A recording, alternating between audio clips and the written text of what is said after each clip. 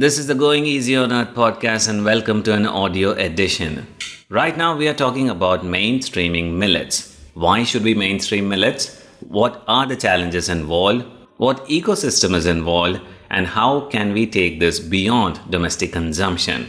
So, very recently, you were at a conference, you were invited to a conference which was hosted by the Indian Institute of Millet Research, the Nutri Hub, and it was to mainstream millets. You did have a 5-minute slot, but this is such a large conversation, so let's again revisit that. So, the first question is, why should we mainstream millets? See, millets, as you know, it is a wonder crop and it not only helps the farmers and it has got a lot of health benefits, but also it is good for the planet because millets grow very quickly against, in 60 to 90 days against a crop of 100 to 140 days. So it's very quick to grow. And second thing, millets do not require a lot of fertilizers, pesticides, water. So there is you can understand that there is no drain on your natural resources and also no input cost is incurred. So with all these things and more so, millets can tolerate extreme weathers, temperatures touching up to 64 degrees, any other sort of a drought or a flood. So don't you think that millets are a wonder crop? It's good for the farmer, good for the planet, and millets can also help in this way reduce greenhouse gas emissions and combat climate change. And millets grow, just like that.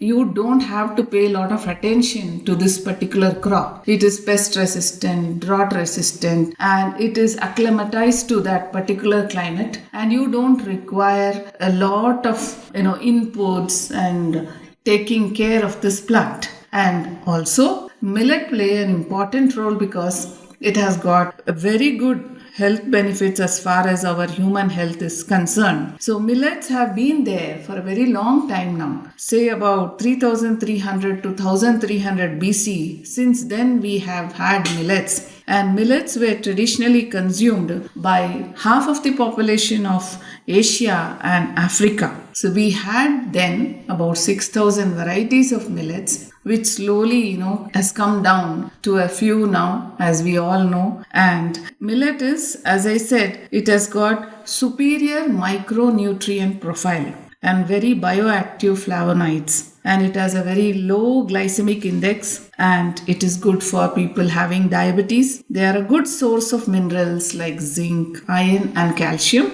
So these are all the main things which go into preferring millets, and it is not only food for human beings, it is fodder for the animals, it's a feed for the birds. I think this year we've had a lot of conversations around millets simply because it is the International Year of Millets 2023, and I think there are so many benefits around it, like you just mentioned, whether it's health, environment, sustainability, food security, so many other benefits involved. And a crop which is withstanding such extreme conditions with low inputs is always welcome. But when you look on the ground, one of the things which isn't often covered are the challenges in mainstreaming millets. Can you talk to us a little bit about that? Even I have the same, thought about it. When you say mainstream a thing, for example, you want to replace the millets in the place of your regular rice and wheat. Do you think you have that kind of a production in the first place? Are there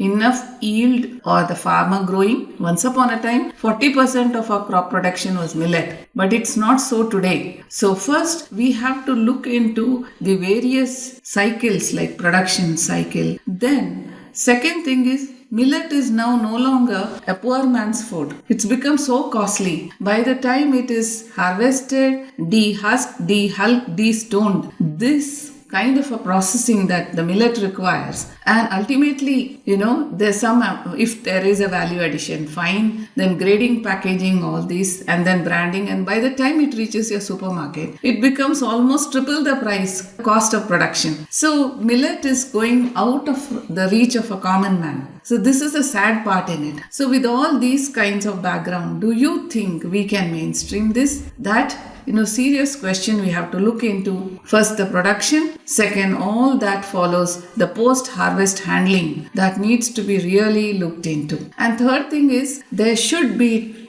technology. The way we are processing millets, maybe we could refine that processing, make it cost effective, and then there must be innovation also, because right now we know the three major millets, that is the jawar, bajra and ragi, and they are consumed in some pockets of our country, which we all know.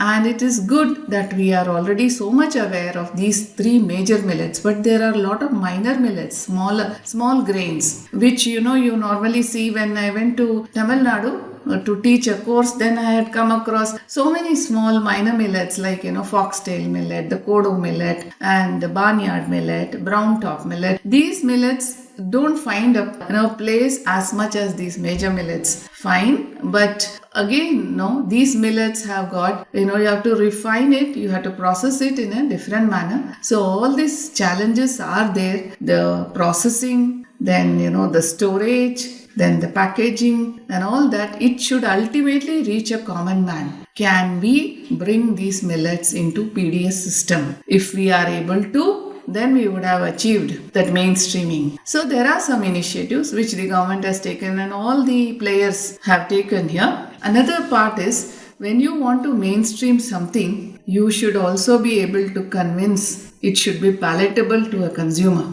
See, millets now, in the name of processing and making it into something palatable, we are coming up with noodles and pastas and all those things. They are available even in millets, biscuits and cakes. But how much of refining is happening? How much of processing is happening? Are we losing out on the nutrition, or are they really millets? Now these are the questions we need to ask and find out. There should be traceability too in this area. So when you address all these challenges, then you will be able to mainstream the millets. First of all, we should like the taste of the millets. When the consumer, it should be a consumer-driven demand, then a producer-driven demand. When you say pasta, biscuits, so many other things, and considering millets are ancient grains, I think one thing we have to realize is what we can do with millets and what we cannot do, because there isn't gluten, there isn't that binding factor. So there are certain things we just cannot do by default. So if we are adding something else or refining, I think we are losing the purpose, at least as far as health is concerned. And to your earlier point about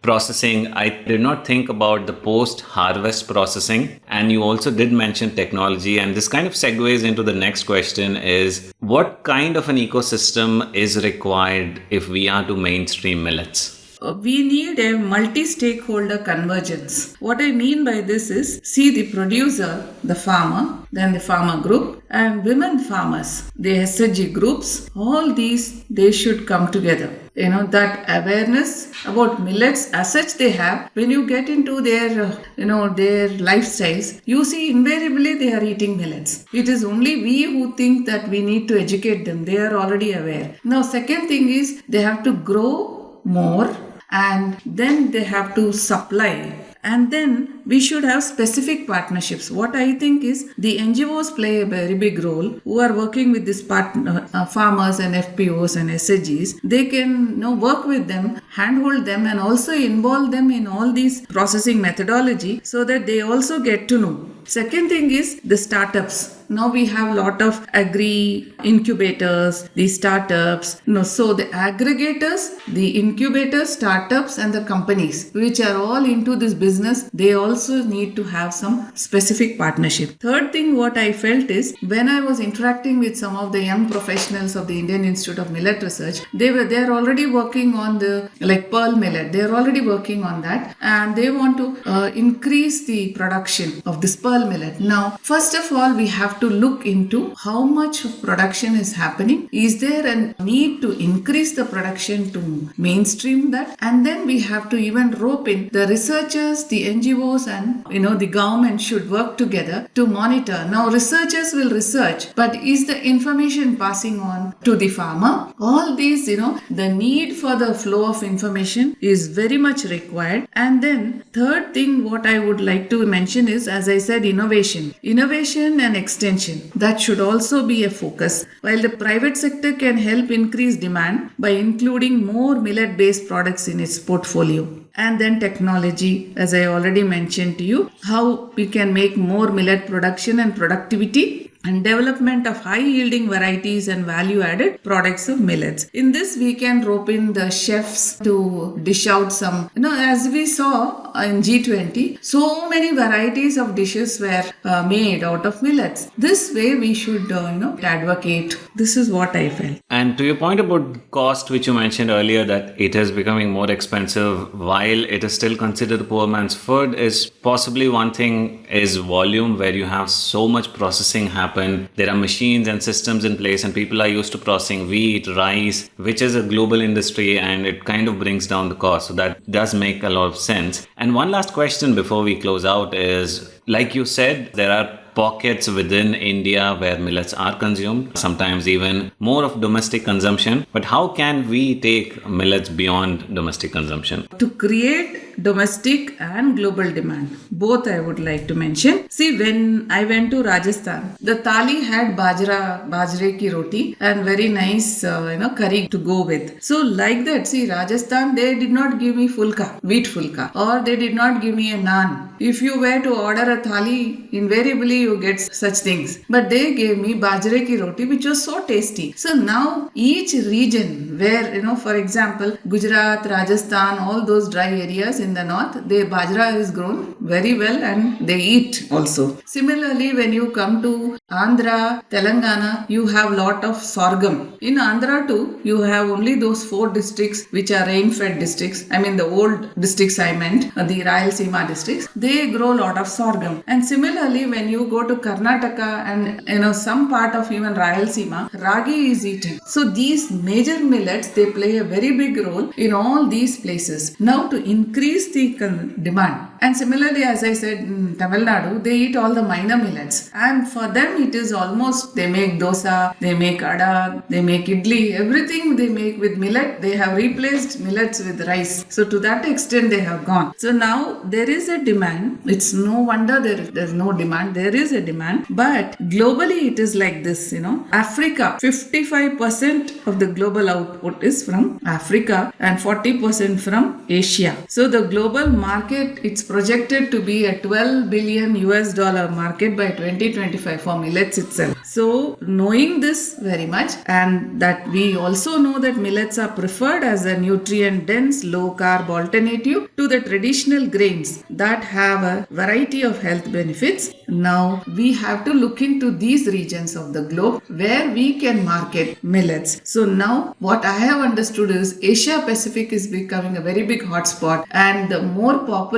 popular millet is the pearl millet. So knowing all these things, we can really, we have a scope to trade millets in the global market, and it is ever increasing. Demand is ever increasing. People have become very conscious about health now. So a little more awareness, a little more production is also required. Plus all that along with production, as I said, post-harvest handling and processing, grading, packing and branding, all those things have to fall in line. All the stakeholders have to come in place. You have to create an ecosystem. The ecosystem should exist in order to take this forward in a very big. It is like many other important processes. A lot of people have to be involved, and there is movement in the right direction, but there's still a lot to do. Well, with that, we're closing out this discussion, and you can also check out our earlier conversation. A few months ago, we posted Millet Magic for Good Health and Sustainability on the same channel. You can check that out as well. And as always, do let us know your feedback, your comments, and things that you would like to listen to. So you have one more event coming up in a few weeks, which is also around millets. So once that is done, we'll also have more conversations around it, lots more to talk about. Thank you so much for listening. This is Going Easy on Earth.